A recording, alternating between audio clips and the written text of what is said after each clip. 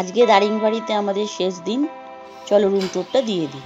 ঘর দিয়ে ঢুকেই ছিল একটা ইলেকট্রিক কেটেল, একটা ছিল এলইডি টিভি যেটা চলছিলই না, মানে রিচার্জ করেনি আর কি।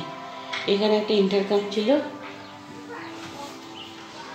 সাইড টেবিল, দুটো কম্বল দিয়েছিল, 3টে বালিশ আর একটা ডাবল বেড দুখানা দিয়েছিল, যেহেতু আমরা 3জন ছিলাম।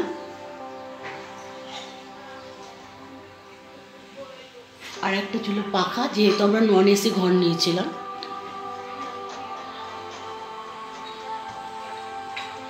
এই একটা জানলা ছিল ভিউ, এর জন্য আর কিছু মনে হচ্ছিল না যে রুমটা কেমন ছিল।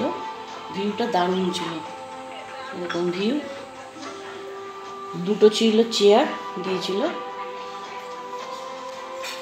একটা বড় দিয়েছিল আয়না, একটা বড় ডেস্ক মতন দিয়েছিল, এটা খোলাই হয়নি। এটাতে ছিল একটা এরকম মতন কাবার্ড মতন। আর এই ছিল রুমটা বেশ বড় সড়োই ছিল, কোনো অসুবিধা হয়নি প্যাসেজে।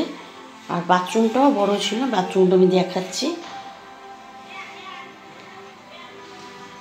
এই হচ্ছে রুম।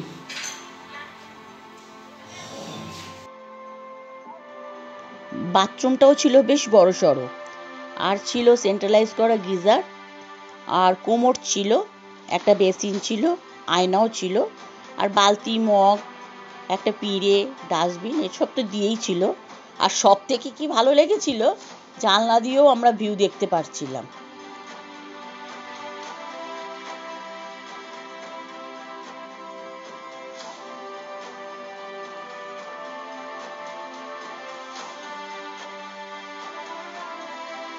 এই হোটেল স্নোকিকের ডাইনিং এরিয়াটাও বিশাল বড় ছিল, অন্তত 25 থেকে 30 জন একসাথে বসে খাবারের জন্য ভালোই ছিল। এখানকার খাবার দাবারও খুব ভালো মানেরই ছিল। এখানে প্যাকেজ সিস্টেমও আছে, তবে আমরা কিন্তু প্যাকেজ সিস্টেমে যাইনি।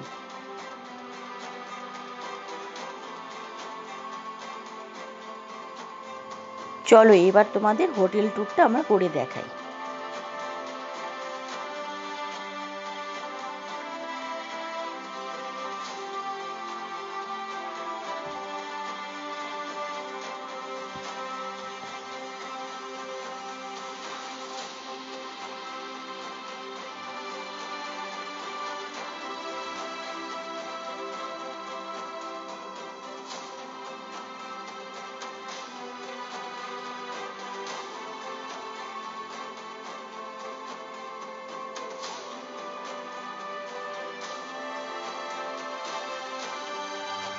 এটা হচ্ছে রিসেপশনটাও বেশ বড় সড়ো, আর অনেক সোফা ছিল, এমনকি ভেতরের দিকে লন টাইপের ছিল, সেখানেও সোফা রাখা ছিল, যাতে কারোরই কোনো প্রবলেম না হয়।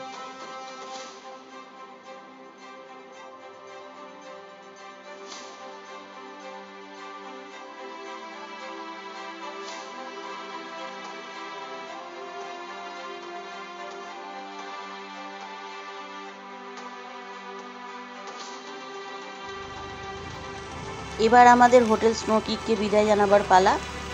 এবারে রাস্তায় যেতে যেতে যে কটা আমরা সাইট সিন পাবো করতে করতে আমরা চলে যাব চন্দ্রগিরি পাহাড়ের কাছে।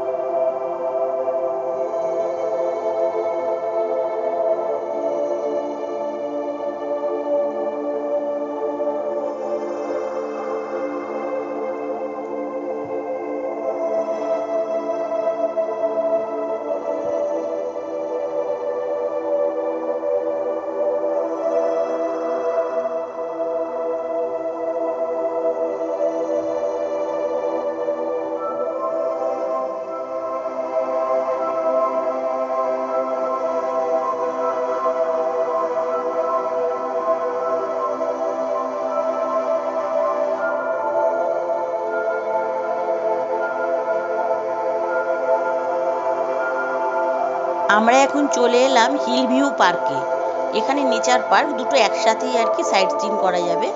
আর ঠিক তার অপোজিটেই ছিল বাটারফ্লাই পার্ক, যেটা আমরা দেখতে পারিনি, বন্ধ ছিল।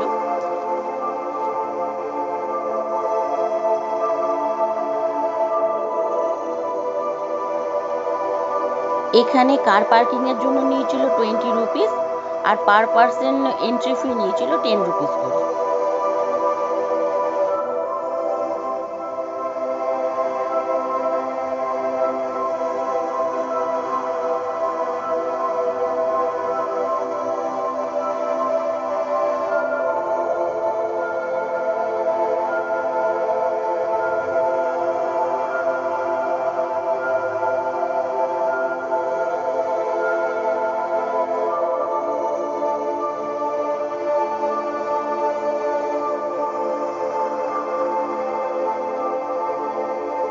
এই পার্কটা ছিল খুবই সুন্দর সাজানো গোছানো, আর এখানে বাচ্চাদের নানা রকম অ্যাক্টিভিটিও ছিল।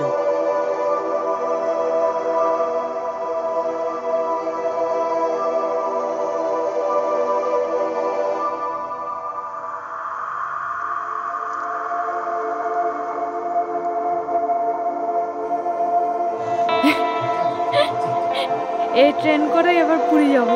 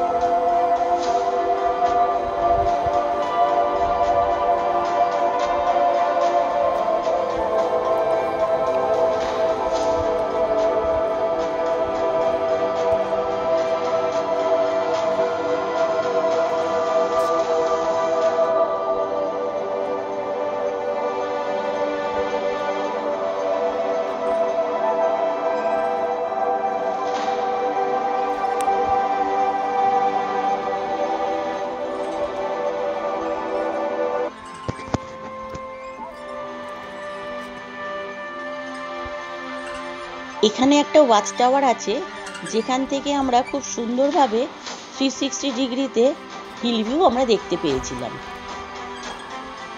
সেখানটা খুব অসাধারণই লাগছিল।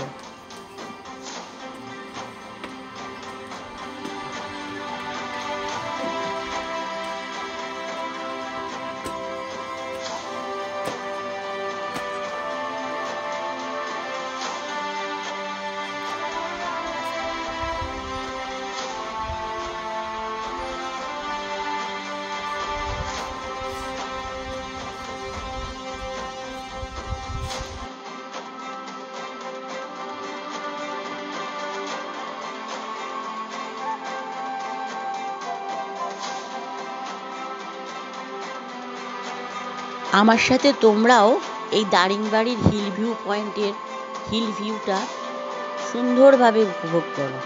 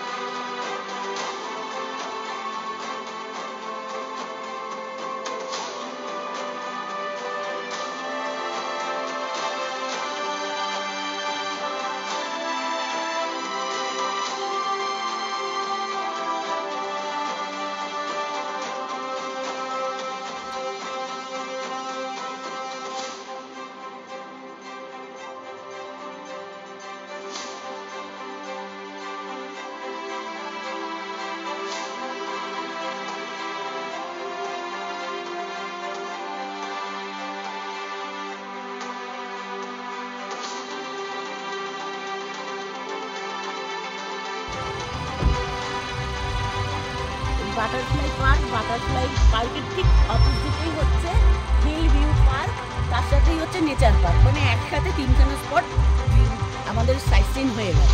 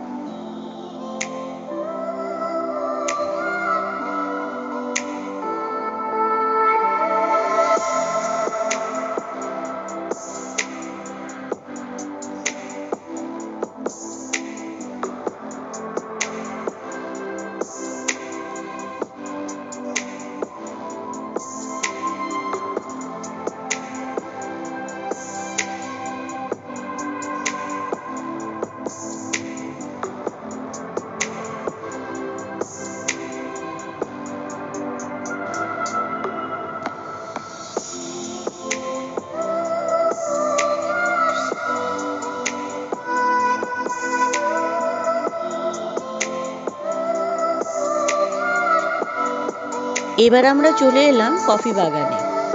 এখানে আমাদের এন্ট্রি ফি নিয়েছিল 10 টাকা করে পার হেড।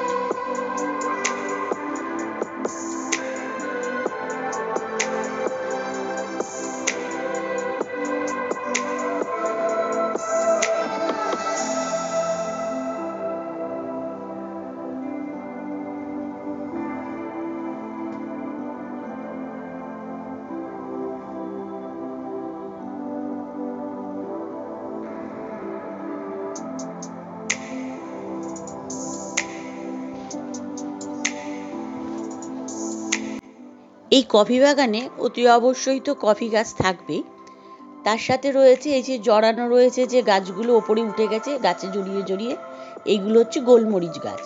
তার সাথেও আছে দারচিনি গাছ, এলাচ গাছ, আরও নানা রকম এখানে গাছ রয়েছে।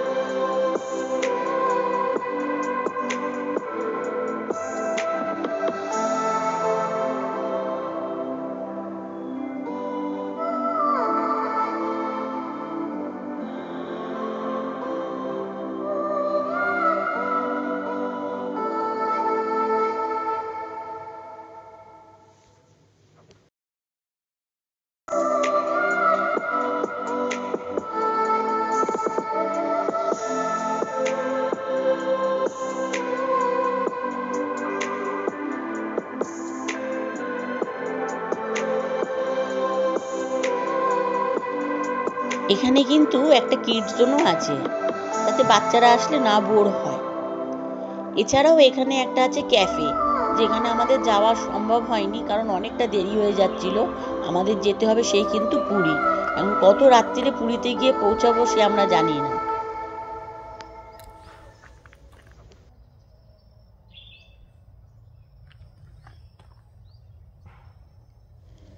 যাবো বললেই কি আর যাওয়া যায়? দেখো কত সুন্দর নিস্তব্ধতার মাঝখান দিয়ে পাখির ডাক ভেসে ভেসে আসছে। কি ভালো লাগছিল সেই জায়গাটা, বলে বোঝাতে পারবো না। বেশ কিছুক্ষণ আমরা ওইখানেই দাঁড়িয়ে রইলাম।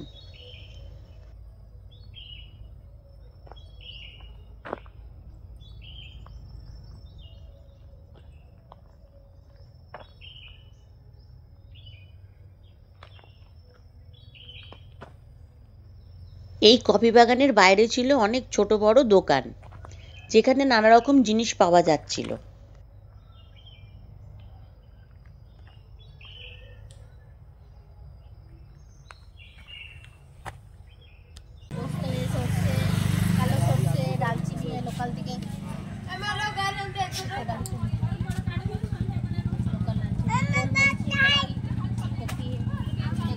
এই কফিটা করে কি করে? এটা গুঁড়ো করতে হবে, গুঁড়া করে তারপরে করতে হবে পাউডার দিয়ে।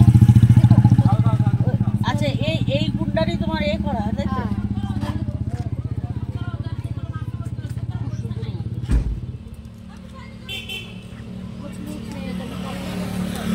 আমসত্ত্বটা এটা বেশ ঝাল ঝাল সুন্দর।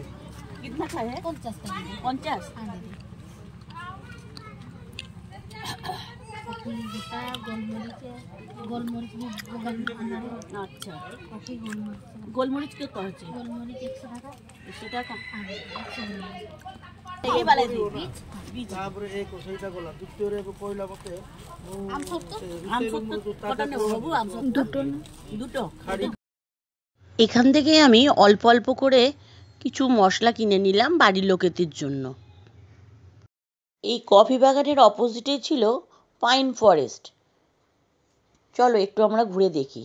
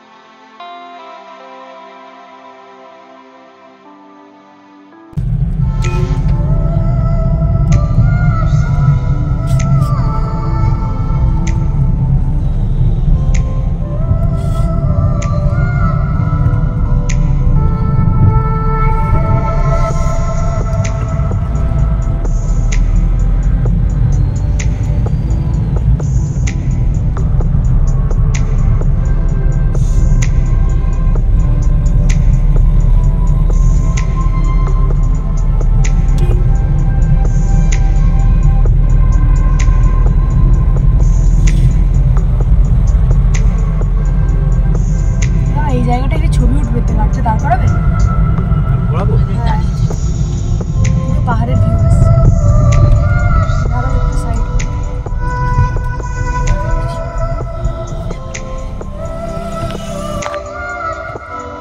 এখানে এসে তো টোটালি আমরা সারপ্রাইজড হয়ে গেলাম। আমাদের প্রিয় একজন ব্লগারের সাথে দেখা হয়ে গেল। সেখানে দাঁড়িয়ে আমরা অনেকক্ষণ ধরে কথাবার্তা বলে আবার যে যা সাইট সিনের জন্য আমরা বেরিয়ে গেলাম।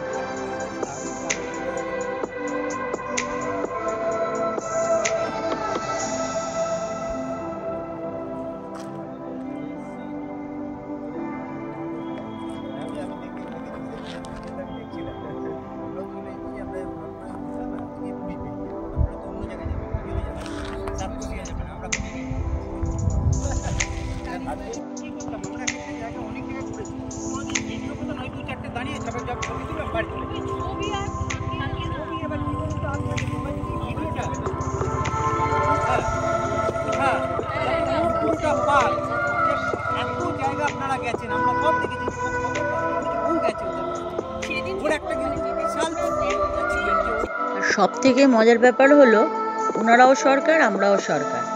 মনে হচ্ছিল যখন আমরা গ্রুপ ফটো তুলছিলাম একই পরিবারের আমরা সব সদস্য।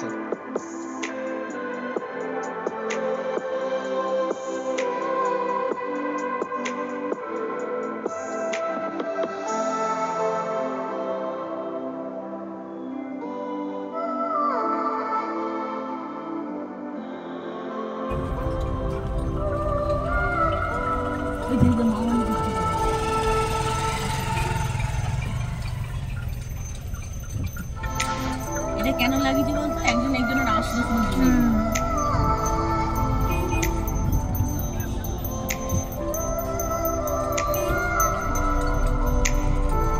এই অন্ধ আদিবাসীদের প্রধান জীবিকা হলো চাষবাস আর পশুপালন। এখানে হলুদ চাষের জন্য এই দারিংবাড়ি খুবই বিখ্যাত।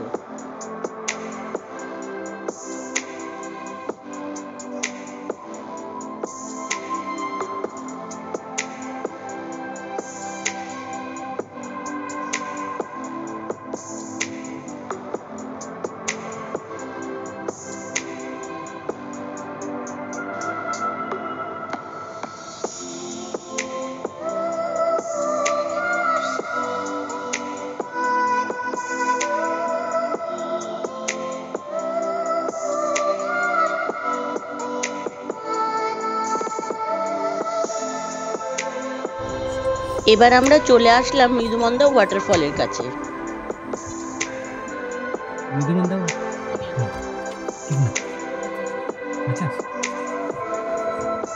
এখানে 50 টাকা পার্কিং ফি, মানে এন্ট্রি ফি।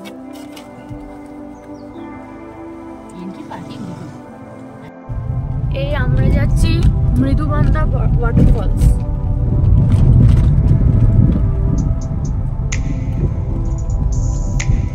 সেই অফ রোডিং।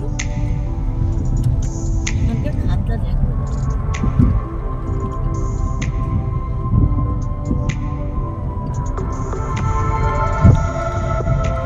কালো একটা গাড়ি আসছে। পুজো করে আসছে।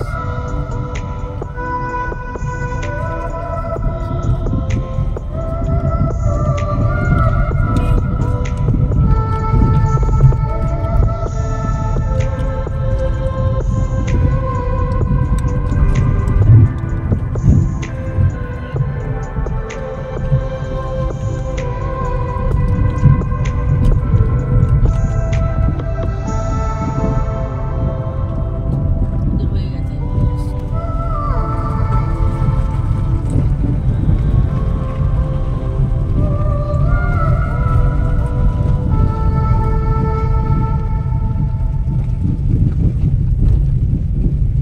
এই রাস্তাটা পরিষ্কার করে দিতে পারে। পয়সা তো এবার এখানে গাড়ি রাখতে হবে। ওই খাপটায় ঢুকিয়ে দিই, মিডিলে একটা খাপ আছে। হ্যাঁ।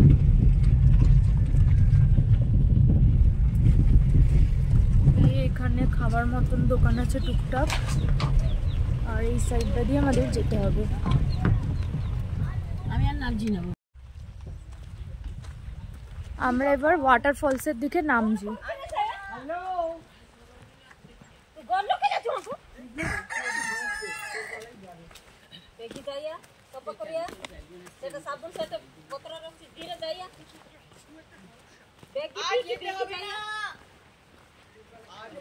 এটা বেশ ভালো, মানে এখানে সব এরকম সিঁড়ি করা রয়েছে, চওড়া চওড়া সিঁড়ি। আস্তে আস্তে যদি কেউ যায় তাহলে তার সমস্যা হবে না।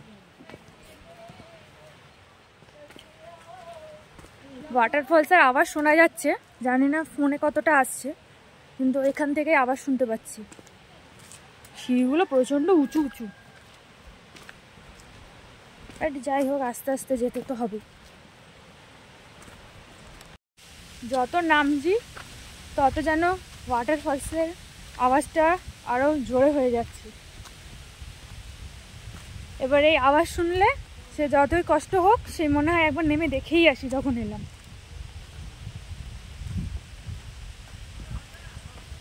বাট নামলাম তো ঠিক আছে, ওঠার সময় মনে হয় কি দরকার ছিল, না দেখলেই হয়তো হতো।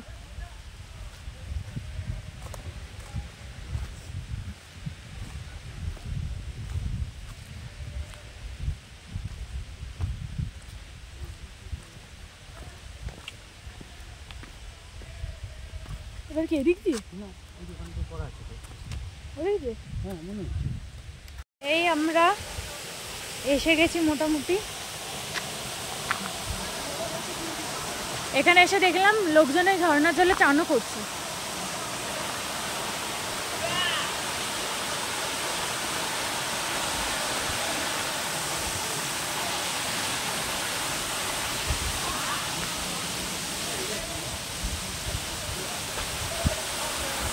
সবাই চান চান করছে, কিন্তু ঝর্ণাটা দারুণ দারুণ ঝর্ণা, খুব সুন্দর। জলের কি ফোর্স!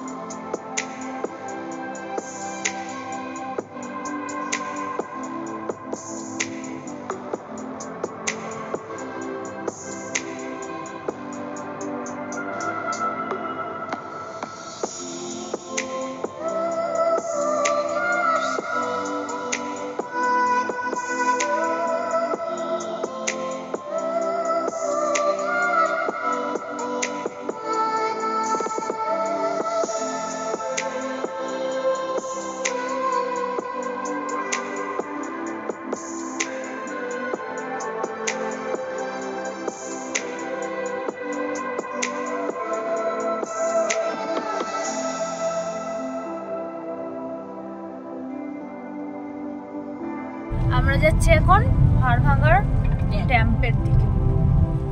এখানে পুরোটাই গাড়ি চলে যায়, হাঁটাহাঁটি বেশি করতে হয়। এটা আমি দেখবো সাইড সিনটা অন্য সময়।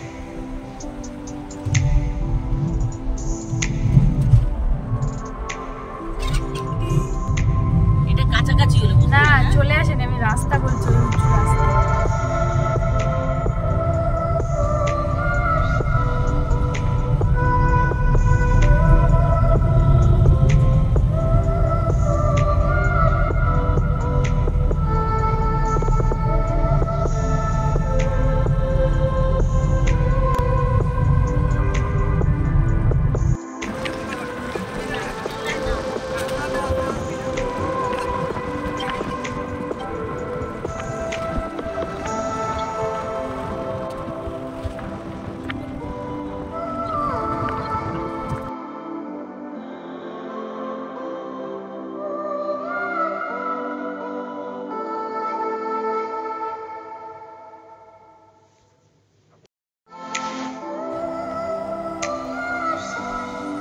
Barrage barrage. হ্যাঁ এই দেখুন ড্যাম।